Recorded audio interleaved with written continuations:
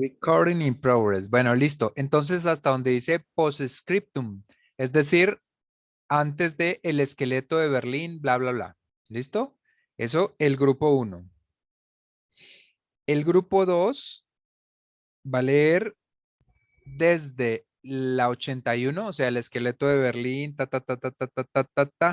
hasta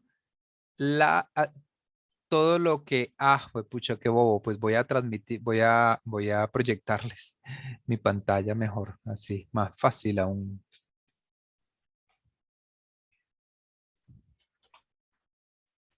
Regard, ¿lo ven? Sí. Señor. D'accord, Señor. d'accord, entonces, bueno, y yo también los veo, por ejemplo, no veo a Darío, no veo a la mitad del curso.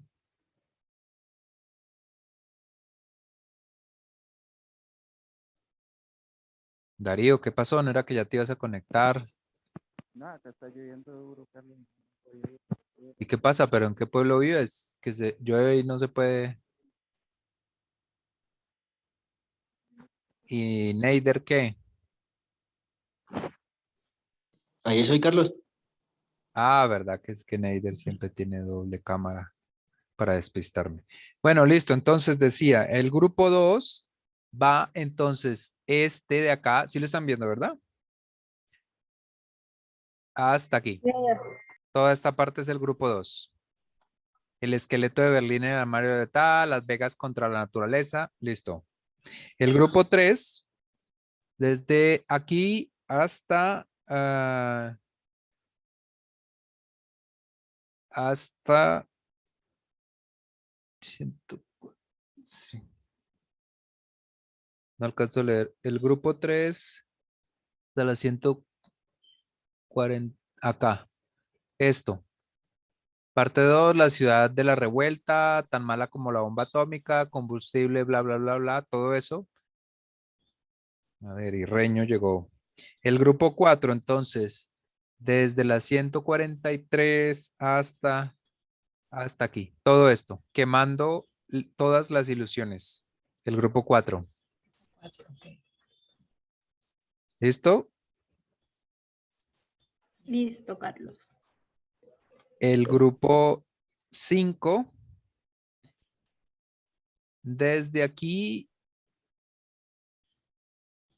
incluido esto, hasta la 208. ¿Qué? Hasta la 210 es. O sea, esas dos, el 7 y el 8. ¿Listo? Es el grupo 5. Y el grupo 6, el epílogo.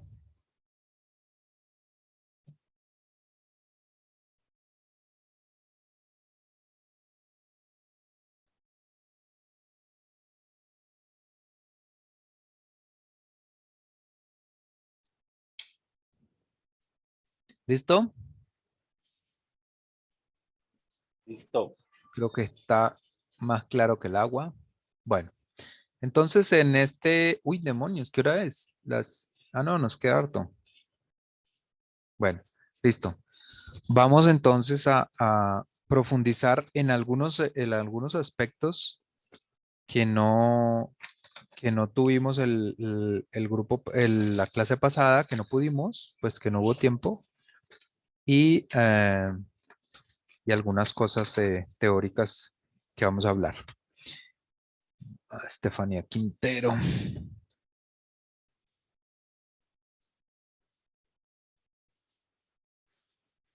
Vamos a usar la tablita.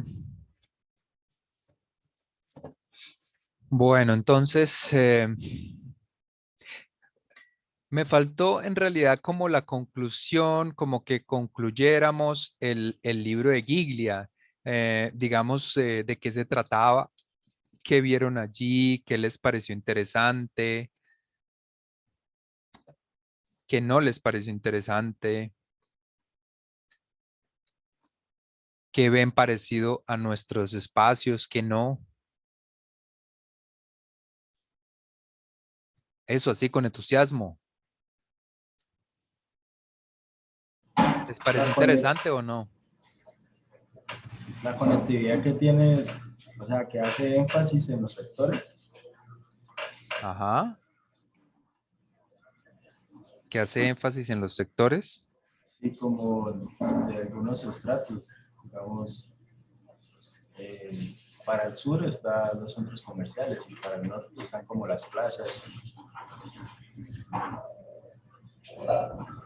La serendipia, algo que me faltó a mí de la serendipia que habíamos hablado y que quedaba como que había una cierta duda con respecto a eso. Bueno, es exactamente lo que ustedes dijeron, ¿no? Es como encontrar lo que no se está buscando, es como ir a un Dollar City, ¿no? Para mí es un típico espacio serendípico o una tienda de electrónica o algo así. Entonces uno llega a un Dollar City, no sé si han ido y no necesitaba nada, pero sale con 10 cosas de ahí porque precisamente esa es la gracia de esos almacenes o esos todo a mil que entra uno y se lleva una cosa y se lleva otra y como todo es relativamente barato, entonces parece como que no está gastando.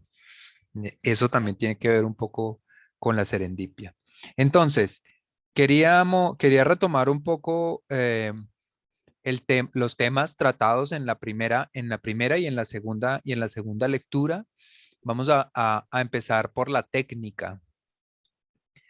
Eh, tuvimos una reflexión sobre la ciudad moderna como, digamos, la ciudad parecida a lo que tenemos hoy, ¿no? La ciudad moderna no del modernismo, sino el cambio de la ciudad antigua a la ciudad moderna, ¿no? O sea, el paso de la ciudad antigua, que lo definimos en qué momento histórico. Cuando inicia la revolución industrial. Revolución Exactamente, industrial. la revolución industrial. Entonces ahí surge la, la, la ciudad moderna, digamos, la ciudad de hoy. Y hay dos fenómenos que confluyen para que esto se dé, uno de los cuales también ya los vimos, que fue ¿cuál? Que fueron las fábricas. Las fábricas que naturalmente generaban, ¿qué? Empleo. Empleo. Grandes Empleo. cantidades de empleo. Y ese empleo que generaba, Urbanizaciones. Necesidad exacto, de vivienda. exactamente, Se densidad generaban edificaciones cercas a las fábricas. El éxodo de las de las personas a la personas ciudad, del campo a la ciudad. del campo a la ciudad. Entonces, mucha densidad. Es decir, mientras que en la época medieval, 10.000 personas vivían en este espacio, de un momento a otro aquí construyeron 3 fábricas y aquí vivieron 1.000.000 de personas, ¿sí? Entonces, la densidad se volvió importantísima para definir lo que es una ciudad, ¿sí? Entonces, por un lado tenemos la fábrica y la fábrica que produjo empleo, que trajo una densidad o una aglomeración de personas. Pero por el otro lado tenemos también la técnica misma.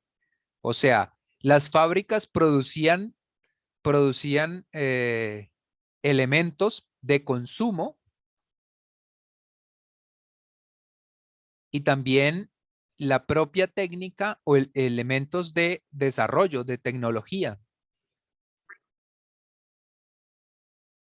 como por ejemplo el transporte. De hecho, digamos, ¿cuál es cuál creen ustedes que es o han escuchado, cuál es el elemento fundamental de la industrialización? El vapor. Exactamente, o sea, bueno, pues propiamente el vapor no, pero sí las máquinas que Las funcionan con máquinas a vapor, vapor. ¿no? Las máquinas a vapor. Dentro de las principales encontramos ¿cuál? La locomotora. Exactamente, entonces los trenes generan, es el producto de esa fábrica, de esa tecnología, genera esa técnica genera unas tecnologías como los trenes que cambian necesariamente las dinámicas sociales. ¿En qué sentido cambian las dinámicas sociales? En conectar a las personas. Conexión, Transporte. transporte, Comercio.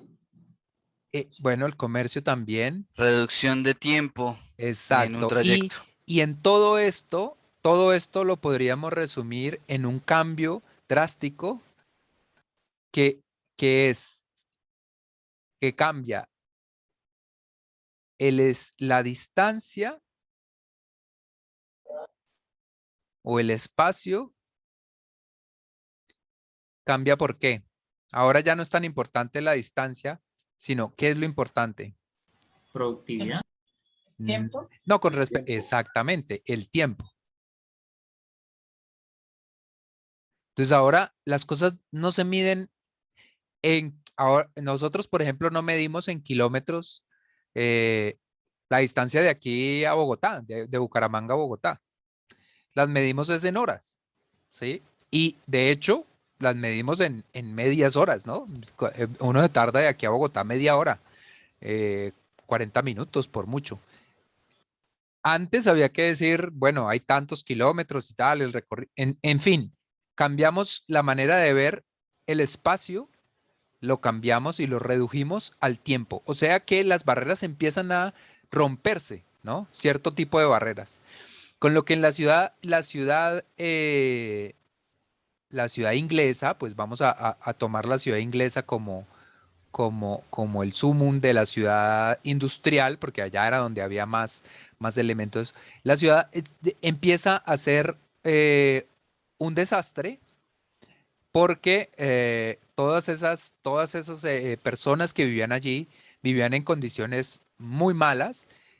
Empieza naturalmente a generarse, digamos, anillos concéntricos donde la gente se va moviendo, ya sea porque esto se hace pequeño y se van corriendo para acá, ya sea porque van buscando, digamos, mejores condiciones que las que había acá en una ciudad heredada de la antigüedad, ¿no? Era una ciudad, no era una ciudad moderna, era una ciudad heredada de la antigüedad, con lo malo que todo eso traía.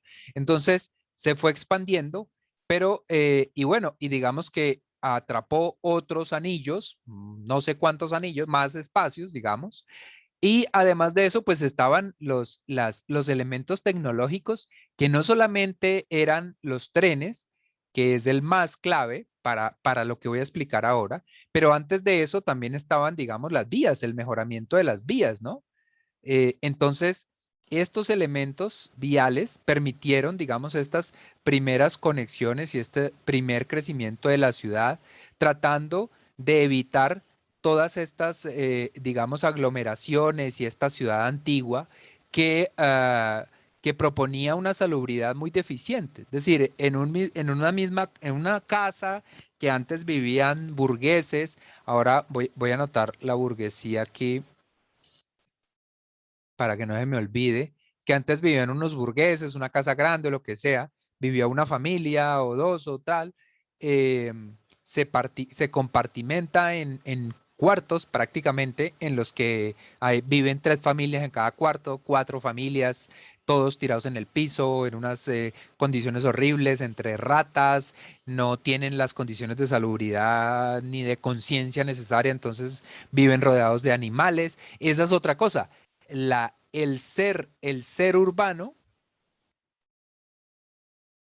o sea, todas estas personas nuevas que eran urbanas ahora, ¿de dónde venían? Del campo. Del campo. Por supuesto, o sea que la ciudad la construye gente que no es de la ciudad.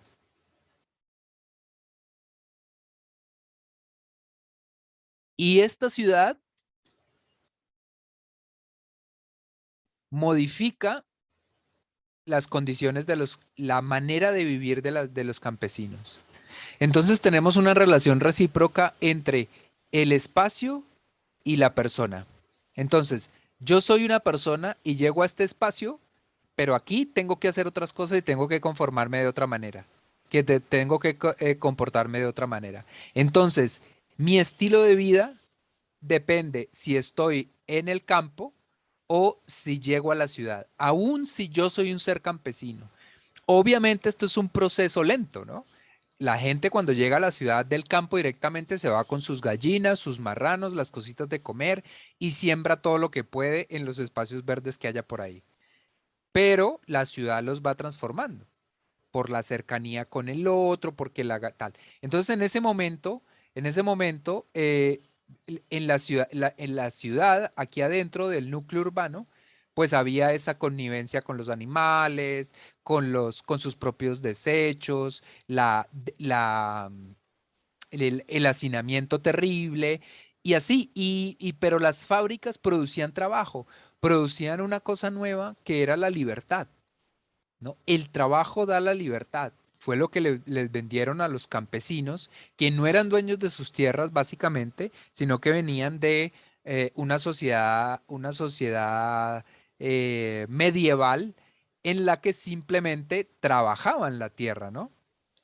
Las personas, y entonces en ese sentido estaban ligados a la tierra, estaban su ganancia, su vida estaba literalmente ligada a la tierra. Cuando llega la revolución industrial y surge el trabajo de 8 horas, el horario tal, antes seguramente era más, surge también una especie de libertad que produce el salario. Entonces, más y más y más gente va viniendo en pos de esa libertad que propone la ciudad, ¿no? La libertad, la seguridad de no morirse de tal, que allí encuentro de todo, no sé qué, todas esas son las ventajas que va haciendo que la ciudad crezca y crezca y crezca.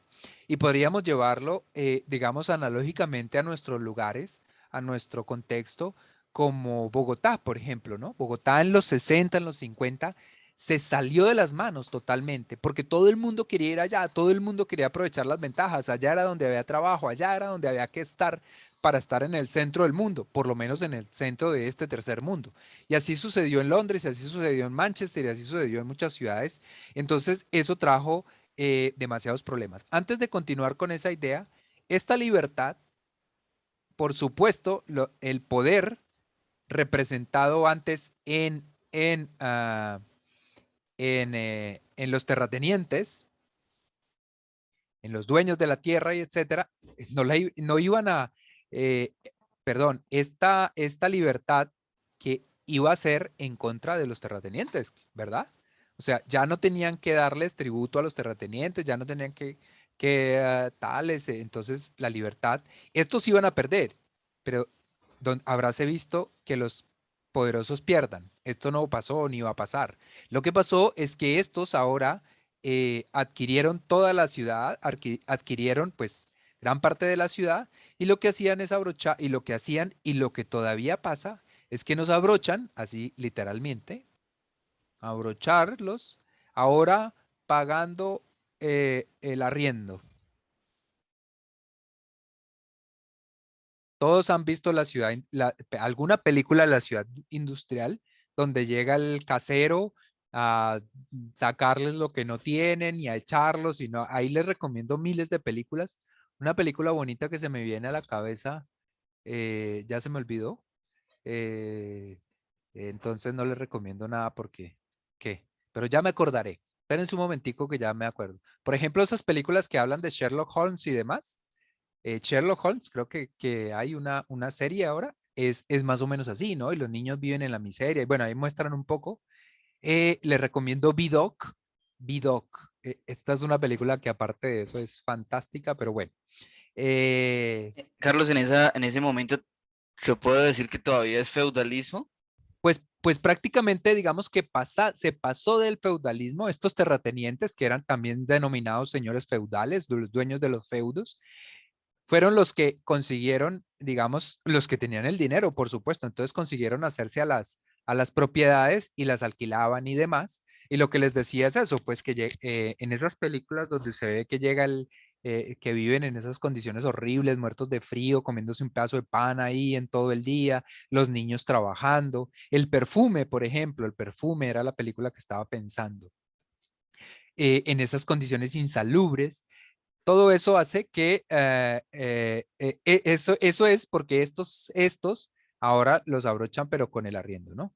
Luego después surgen otras cosas y ahora los que tienen el dinero los pueden abrochar con la hipoteca, ¿no? Entonces, los genios de Wall Street, de las financieras y demás, por decirlo algo, los abrochan ahora a los pobres con las hipotecas. No a los pobres, digamos, a la diferencia entre, primero eran los aristócratas y en el medio, digamos que los burgueses, y por último, el pueblo, ¿no? Luego eran los terratenientes, los comerciantes o burgueses también, y el pueblo, ¿no? Y ahora tenemos pues multimillonarios, tenemos ricos, hipotecas y el pueblo que ni a eso llega. Pero digamos que el pueblo, por aquí estamos, ¿no? Entonces, ¿cómo nos abrocha el poder? Pues a partir de algo se inventan para abrocharnos. Por ejemplo, la hipoteca es un buen elemento para abrocharlo, ¿no? Entonces ya uno es libre porque trabaja.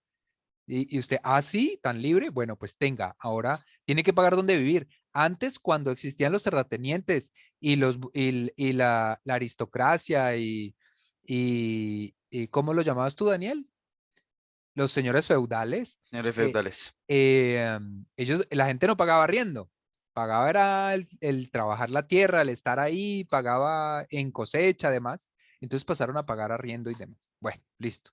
Estas ciudades entonces, así como en los 60, 70 en Bogotá, especialmente en Bogotá, pero también pues en otras ciudades grandes como Medellín, Barranquilla, incluso Bucaramanga también un poco, pues empezaron digamos que como a salirse de madre, ¿no? Porque eh, ya era demasiado y, pero en este tiempo, volviendo digamos, a los orígenes, a la revolución industrial, empiezan a surgir las teorías de la ciudad mejor, la ciudad buena.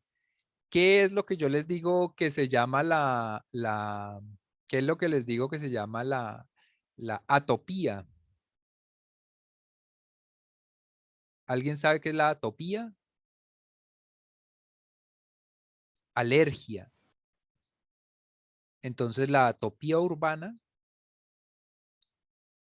es la alergia a la ciudad, ¿no? Entonces empiezan a surgir esas alergias al tráfico, a la congestión, al hacinamiento, a la mugre, a las enfermedades. Bueno, entre tanto hubo pestes terribles por estas mismas condiciones de cercanía y de insalubridad en las que vivían.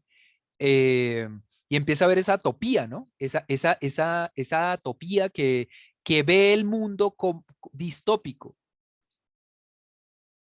¿Qué es distópico? Enfermo, malo, todo mal, como lo ve Mike Davis, el que van a leer, o lo que muestran en Blade Runner, que es una ciudad distópica. Como también muestran un poco en, no sé, ¿cómo se llaman esas películas muy famosas de, por ejemplo, Mad Max. eso, no, esa sí, esa es buena como Blade Runner, pero también esas famosas, así populachos de Hollywood, de que es el último, Marvel. el último que come o que se comen entre ellos, se casan, Que se comen entre ellos. Pues eso va mucho con el matrimonio. Walking Dead. O con la realidad actual, ¿no? no, las ciudades distópicas. Por ejemplo, ay, ¿cómo se llama? Juegos mortales, juegos. Sin Del Sajo, hambre. creo que es. Sí, Juegos ¿cómo del es? hambre. Los juegos Sin del hambre, Sajo, los juegos los del Juegos hambre. del No, Hambre. Sin Sajo es otra película también. Crepúsculo. No, es de los mismos Juegos del Hambre. Cosas de ese tipo. Esos son ciudades distópicas, ¿sí? Ciudades y no funcionales, ciudades ya destrozadas. Entonces tengan en cuenta que estamos entendiendo varios términos, ¿no? La atopía, que es como el rechazo a esa ciudad distópica, esa ciudad que uno se imagina una ciudad común y corriente, un lugar para estar y vivir y convivir, y no lo es tal. Entonces se genera la atopía, la alergia urbana, la utopía urbana, la alergia a la ciudad. Y por tanto surgen las propuestas, ¿qué? ¿Qué se les ocurre? ¿No? De todo lo que hemos hablado. Las utopías. Utópicas, exactamente. Surgen las utopías, las propuestas utópicas, que no se las inventaron después de la revolución industrial, sino que son, digamos, retomadas. La palabra utopía, de hecho, es una isla que no puede existir por lo perfecta que es, ¿no? De Platón y tal. Pero bueno, en este caso, entonces empiezan la corriente de las llamadas utopías o los espacios utópicos, buscando cambiar esta ciudad y encontrar otros espacios diferentes para vivir. Entonces, los primeros que surgen son, o la más famosa es la ciudad jardín. De Spencer Howard, no de Le Corbusier, no del movimiento moderno, es anterior a eso. Esta ciudad jardín era una ciudad que, un espacio en lo rural, que también, que no pretendía ser solo un espacio geográfico, o sea, no pretendía ser calles y tal, sino también que formara una comunidad, que allí se ayudaran, que allí sembraran, como esas propuestas que después tuvieron, esas propuestas después tuvieron eco en en los famosos hippies de Estados Unidos y demás, ¿no? Y hoy en día todavía existen ciudades medio, ¿no? Medio aisladas en Estados Unidos donde siembran sus cosas y incluso hay otros que tienen sus propias religiones y bueno, todos esos surgen de la apatía, de la atopía o de la apatía por la ciudad, ¿no? Esa atopía, esa alergia a la ciudad es la que genera todas estas ideas. Pero Spencer Howard lo que hace con su teoría de los 3 imanes, que luego lo pueden profundizar más si quieren leer eso, si quieren encontrarlo, pueden leer a Peter Hall, que tiene una historia, bueno, y muchos, creo que Escher, Asher, el que leímos, también habla mucho sobre eso. Y esta, más que una geometría, más que una ciudad con calles y tal, y pasto, que siempre la ciudad jardín se relaciona con como que hay mucho verde y demás, pues sí, evidentemente era una ciudad baja, una ciudad poco densa, una ciudad en la que las personas iban a vivir, digamos, rodeadas de naturaleza, pero también iban a trabajar en comunidad para tener que ir poco al centro urbano. Sin embargo, una de los imanes, esto lo llama él los 3 imanes, ¿no? Uno de los imanes era la cercanía con un núcleo urbano fuerte. Porque claro, la ciudad como acá no se puede producir, no se puede proporcionar todo lo que se proporciona en una ciudad, por supuesto, ¿no? Entonces, había que estar cerca de un núcleo urbano por si las moscas, o para abastecerse, para curarse, para estudiar, etcétera, etcétera, etcétera. Entonces, de aquí surge, digamos que la idea de expandirse sobre lo rural. ¿Cómo dijimos que se llamaba ese espacio entre la ciudad y el campo? Suburbano. Pero lo suburbano lo explicamos también. O sea, ¿por qué bueno, ojo porque que no me Utopía entere, urbana. que no me entere yo que no me están poniendo cuidado, que están durmiendo en clase. Ah, espere, pero ¿eso lo dijo con nosotros o lo dijo en el Utopía grupo de la tarde? urbana, No, no, Carlos. no, no. No, ¿No? el espacio, digamos, aquí está la ciudad y aquí se construyen cosas, ¿no?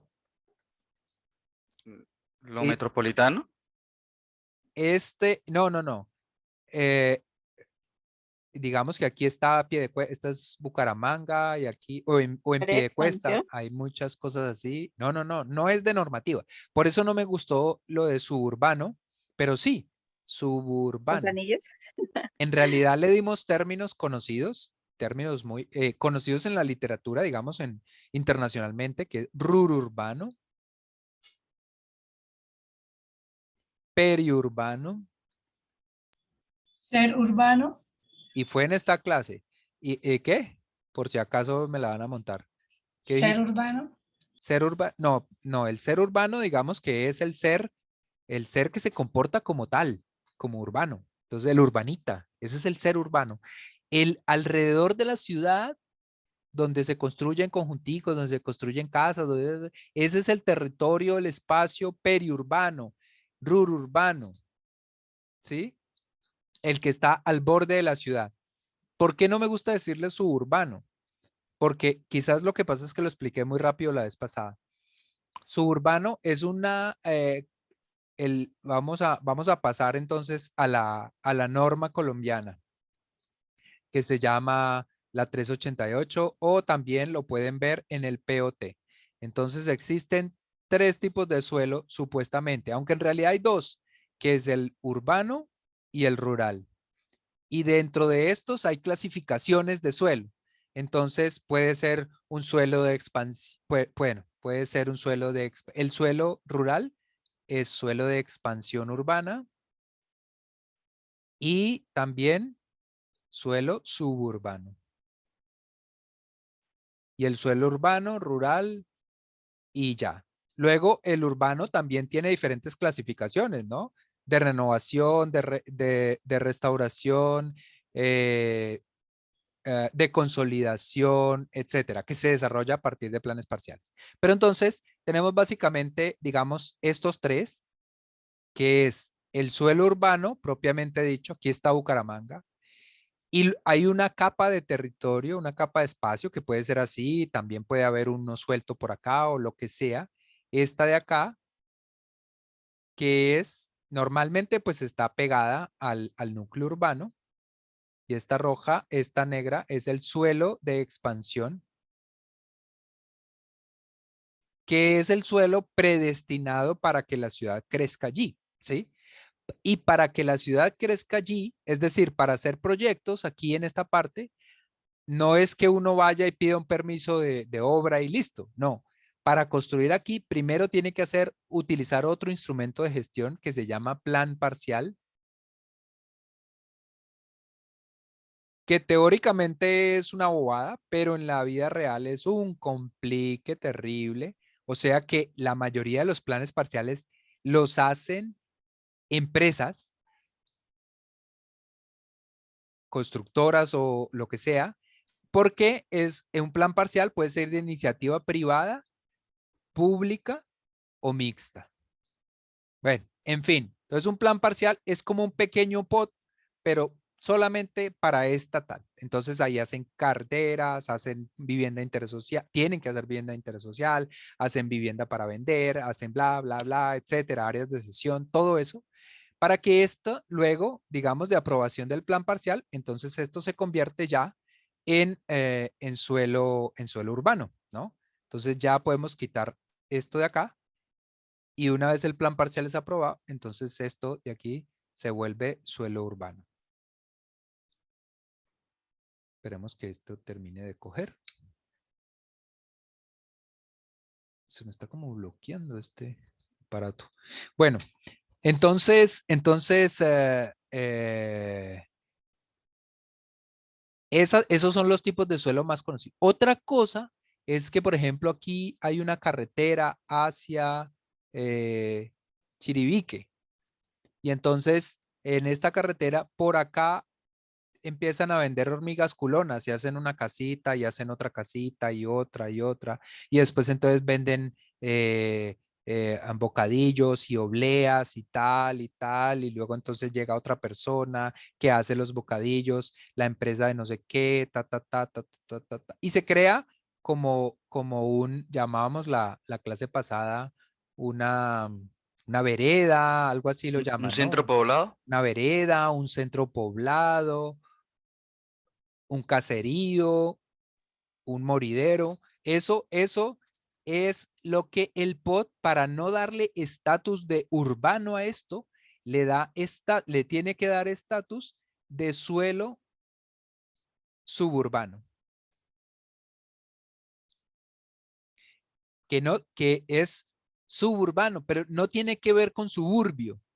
No tiene que ver con suburbio porque, como ya vimos la vez pasada, digamos, el suburbio no es no es negativo, es más bien bueno, es vivir a las afueras y tal, es más bien vivir en lo rururbano, en lo periurbano. Es el espacio, el suelo suburbano es este suelo, ¿no? Este suelo que digamos, asentamientos o pequeños poblados históricos que siempre han estado ahí. Normalmente también en las zonas rurales, digamos, hay una finca, otra finca, otra finca, y siempre hay por la carretera, pues empiezan a poner la tienda, no sé qué, y se genera un pequeño poblado. Este pequeño poblado, dentro del POT, pues obviamente el POT absorbe el área urbana y el área rural del municipio, ¿no? Colombia está dividida. La próxima clase les voy a hacer una exposición más en serio de la ley, pero Colombia está dividida en municipios. Entonces son 1000 y pico municipios cada municipio, y entonces digamos que aquí está Colombia y aquí hay un municipio, enseguida está el otro, enseguida está el otro, enseguida está el otro. Hay unos gigantes por acá porque no hay fuerza urbana. Aquí hay otro, aquí hay otro, aquí hay otro. En cambio aquí hay unos chiquiticos porque pues son muy poderosos, digamos, Manizales, Quindío, no sé qué,